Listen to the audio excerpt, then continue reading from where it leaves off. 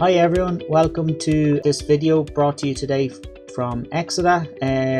Today again we're looking at OEMx. This is version 2.5.1, our next generation design verification tool for functional safety. And today, as I say, we're going to look at bill of materials import, and we're using or utilizing a new simplified DFMEA approach optimized for functional safety design, and this is called design deviation and mitigation analysis.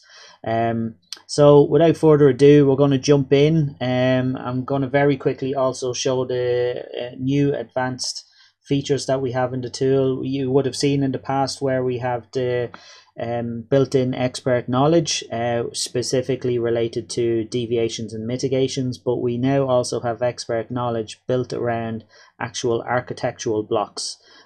So I'll show you that as we dig in. So first things first, check we're in the OEMx tab. I'm going to right click here and I'm just going to create a custom top level unit just to keep everything neat and tidy. So next thing, I right click on our top level unit, and instead of where we would have previously gone to create a custom unit, we're going to load unit knowledge.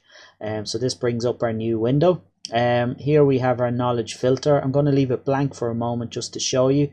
So if I click on knowledge selected, as you can see here, we have common, which uses guide words, hardware, which is all the various different types of architecture blocks that you may encounter in your design, and then also software, which enables you to do a DMA for a software analysis. But back to today, we're focusing on hardware. We're going to here use our knowledge filter. So I'm going to jump down. We're going to use a power supply block just for the purposes of building up a very quick DDMA. So I click on power, and once we click on that, as you can see, all the other options have been eliminated or filtered out. It only leaves us with hardware, and if I click on that further, as you can see now, we have actual power supply architectural blocks or not unit knowledge built into the tool. So depending on what type of power supply you're using in your design, obviously with switching type, linear, power conditioning, so on and so forth. So I'm just going to click on a linear voltage regulator, and as you can see here, it already has it selected for us. If I click on switching, it changes up obviously our unit type, and then also the deviations and mitigations, but I'll go back to a linear voltage. Obviously, as before, if you unselect that top level, everything underneath that level then gets deselected also. But I'm going to select obviously our architecture type, and which deviations and mitigations are relevant. I'm actually going to assume that we have diagnostics for all these various different types of deviations in place. So I'm going to select our output voltage 0, and then we have a low voltage monitor. Our output voltage goes low, and then also we have a low voltage detector. Noisy output, I'm going to say we've high level diagnostics for low voltage and over voltage, so I'll select that one.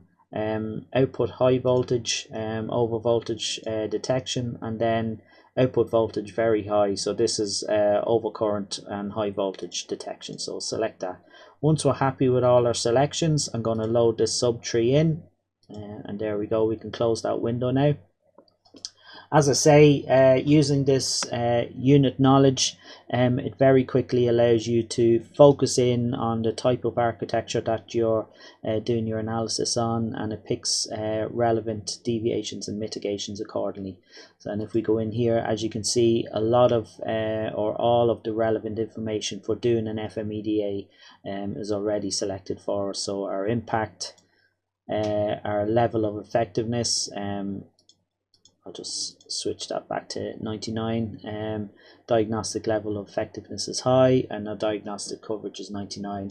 Depending on which feature you want to use, if I put in a percentage here, it changes our level of effectiveness accordingly.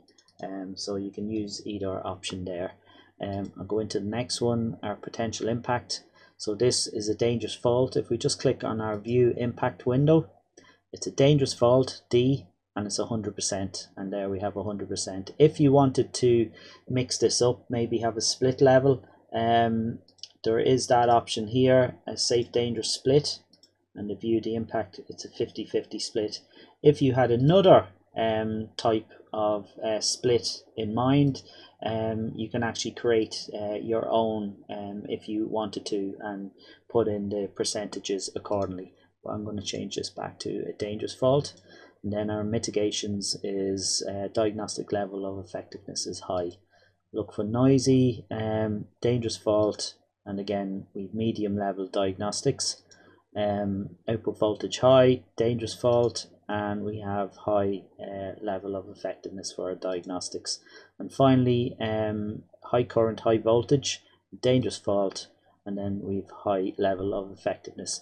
So in a matter of minutes, even less, we have our DDMA, our design deviation and mitigation analysis done for our power supply in our particular design. So the next thing I'm going to do is, and ultimately where we're going with this video, is to look at our bill of materials import tool. So if I click on the FMEDA tab, you can see the architecture blocks are the only things that remain unless we click on these buttons up here. So if I right click on our linear voltage regulator, and what I want to do now is go down here to load bill of materials. You either have the option of splitting or grouping. It doesn't really make any difference at this moment in time which one you select. So if I go to load bill of materials splitting, so now all I have to do is go and find the actual bill of materials that we want to import. Now before I do, something that I just want to show you, and I'll open this one. And open. I'll also open this one, and I'll show you what these entail. So this here is our bill of materials template, and these headers are the headers that you need when you're bringing your bill of materials from your schematic capture tool into OEMx. So you need a designator header, the quantity number of that particular component, the function, which is a free-form field, you can put any information you want in there. As you can see here, it's a manufacturer's part number, and then under notes, other information such as the value, the rating, and the package type. Now as you can see here, over here, the component ID field is blank, so I'll bring in another window and just show you the difference here.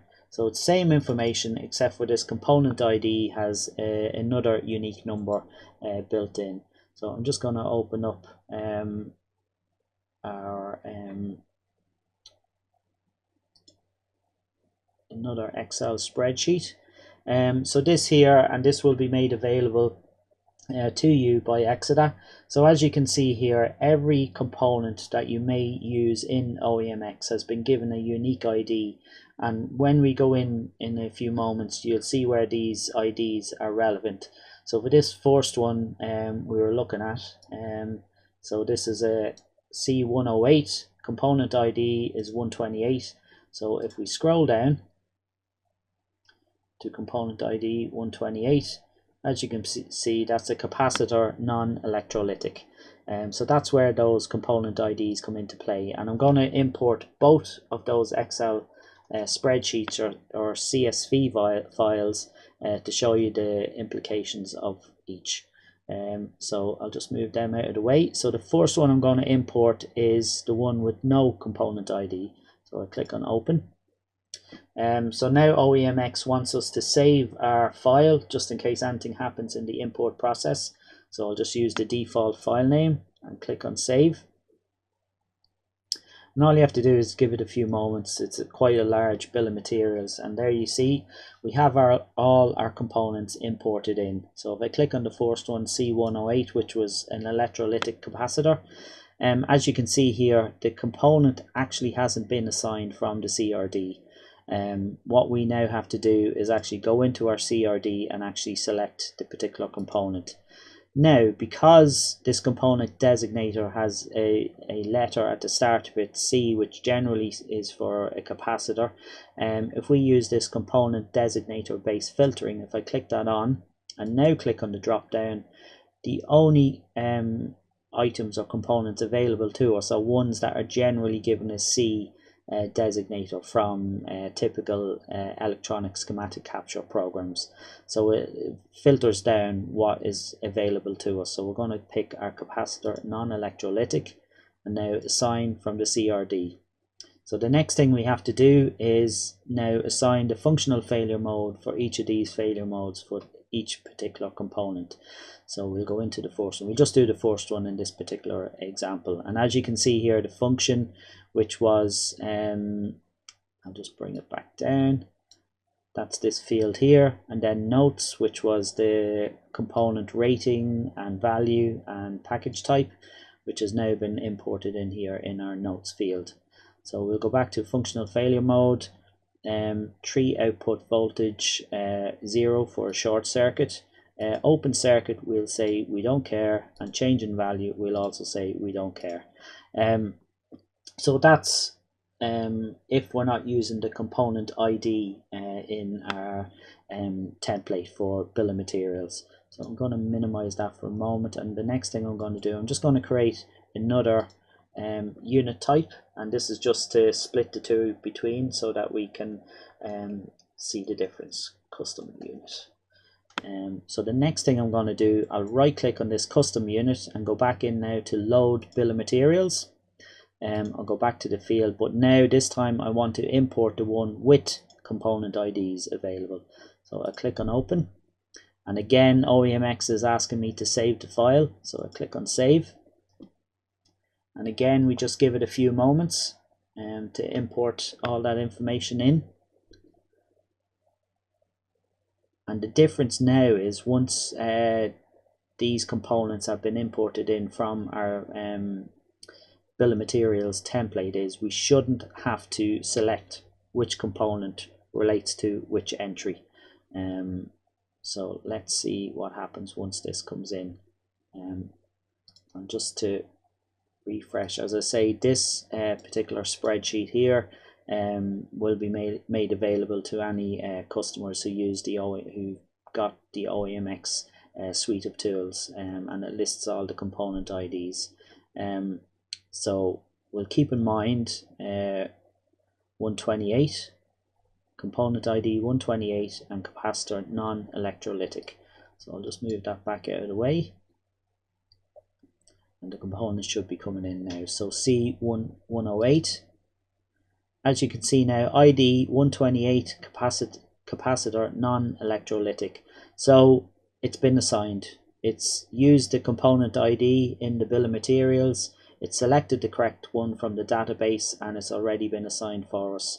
The function, the notes, everything's been pulled in. So the only thing in this situation that we now have to do is select the functional failure modes.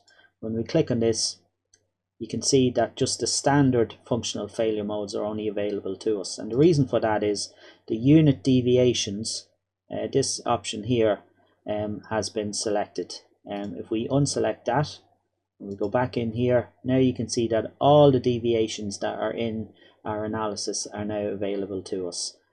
So this is a really neat feature that means when you're doing your analysis, you will only see the deviations for each particular architecture block that's relevant, so you won't be scrolling through a huge amount of them.